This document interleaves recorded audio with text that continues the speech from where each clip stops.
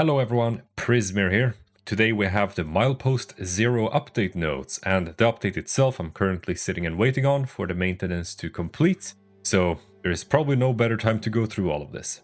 So as for the update highlights, we have legendary crafting, that's a big one, best builds, quite interesting, vendor history log can certainly be useful, and eventually the Caravan will come. It's not coming with this current update, but it'll come later this month.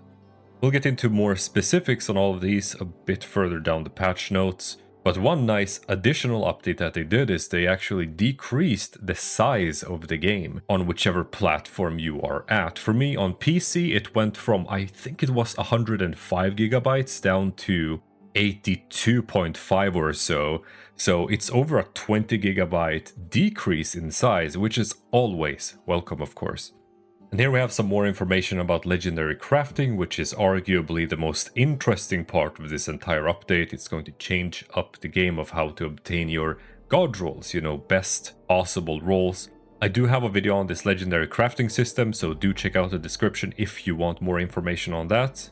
Other than all of that, we do have legendary cores being discontinued here. And they're being traded 1-to-1 for scrip, so not the greatest ratio. Also, the overall scrip limit has been increased from 6k to I think it's 11k now, if I'm not mistaken. So if you had 5k cores, those would be transferred properly, so you're not going to lose out on anything.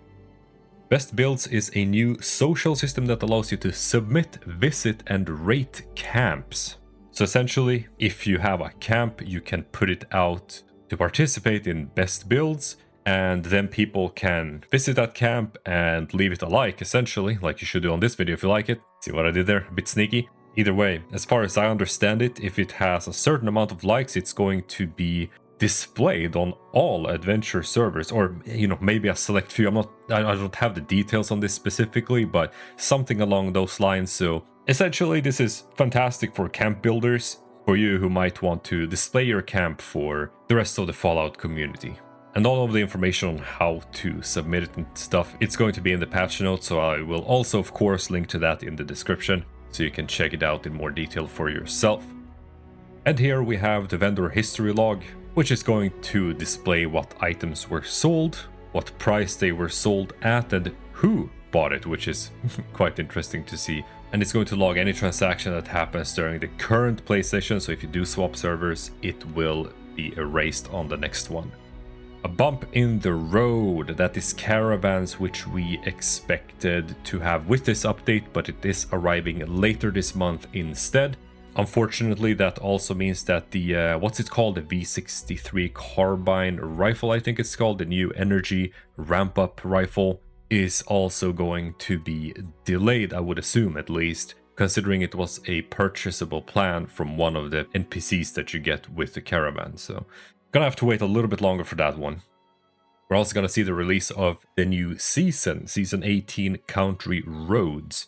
I'm not sure if it's supposed to come out now during the September 3rd update. You would have seen it in that case probably, or if we are going to see it later during this month, just like with the Caravan, they might release on the same time. I guess we'll find out. There is also another couple of interesting things happening here. We got combat rebalance. There is a lot of text. Mainly what's being changed here is fire and poison damage over time. Here we have additional weapon and armor adjustment, so increased damage for the Gauss shotgun. That is welcome, but wasn't that an actual nerf? There was something with the Gauss shotgun that was weird, so it might actually be an overall nerf in comparison to before. Reduce the damage over time for the Cremator's burn to account for it now scaling with weapon damage bonuses. So I tried this on the PTS. Previously I was able to one-shot basically everything within an expedition, and now it takes some time for them to die. Oh yeah, so the railway nerfs here, right? So it's going to be easier to use the railway, but in terms of automatic railway rifle, it is a nerf. The AP cost isn't really that big of an issue, but it's mainly the fire rate reduction that is nerfing it quite substantially. It's certainly still a really good gun, right? It might still be the best even. I'm not exactly sure, but it certainly is one of the top rifles still, I would say, because it dishes out such a high damage per shot, and it's still a decent fire rate. First and foremost, the Rebalance. They are changing health resistances and damage output of the enemies. I think the noteworthy ones really, or especially I should say, is the Yaoguai, the bears, and the Death Claws. They're supposed to be a lot stronger in comparison to before. So they kind of evened a lot of this stuff out. I think some things became less dangerous and some things became more dangerous, especially the ones that I just mentioned. So if you have to face a Death Claw now, well, you might want to think twice before trying to take it down. We also have some perk card changes. Everything is under endurance, as we can see. So definitely some interesting new changes to these perk cards, something to try out. And the last balance change regarding region bosses, that's going to be your Scorchbeast Queen Wendigo Colossus, which you can find separately, and Earl, and also Ultrasight Titan.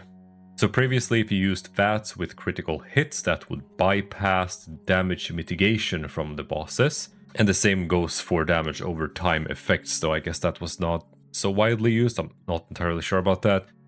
Gameplay changed how explosive bullets mod, how it... basically changed how explosive bullets mod interacts with various weapons. That sentence had me tripping. The problem with this one, I think it was that it gave 4 times the size of the explosion instead of 2 times when using the Grenadier perk. And so that's a welcome change, but apparently Nuka grenades are also affected by this, which really sucks. We also have improved chainsaw durability. That is very nice because it kind of chews through the durability. Very welcome gameplay change right there. Quest Seismic activity fixed an issue which could cause a crash for certain consoles. Okay, that is a pretty significant one, because if you want to nuke the Ultrasight Titan and everyone is gonna crash on the certain console, I don't know if it was only for one or multiple, but that's a good fix.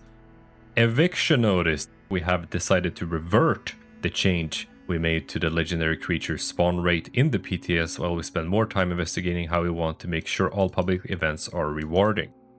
That is good. They were essentially going to nerf the amount of spawn rates significantly on legendary enemies. That's like one of the big reasons people went to Eviction Notice. It's a really difficult event overall, and so it's nice that it's rewarding. I would like to see the legendary creature spawns be more spread out instead of just like basically in this one spot with guaranteed ones. So that's one change they could make to that event specifically. Yeah, glad to see that they're taking this feedback in a good way and applying it. Giuseppe is now selling mystery bobblehead boxes for 20 stamps, 6 per day. So you can only get 6 of them per day. This is a pretty damn good change, to be honest, because especially now that we can craft the legendary mod boxes and that some of them require bobbleheads, you know, this is one good way of getting them. And lastly, we have known issues. The team is aware and are continuing to investigate reports of lag when using the Pip-Boy. So some people seem to have a real big issue with this one. Me personally, I've had it rarely, I would say, but it's very annoying though. So hopefully they can find a fix for that one. That's a pretty big patch right there. Gonna be interesting to check it out. Hope you think so as well. Let me know in the comments what you're most curious about or interested in. Also, if there is something you feel that I've missed that I should have brought up. But yeah, that's all for this video. So if you liked it, make sure you thumbs it up and comment something. And if you want to see similar content in the future, make sure you subscribe as well. And I will see you next time.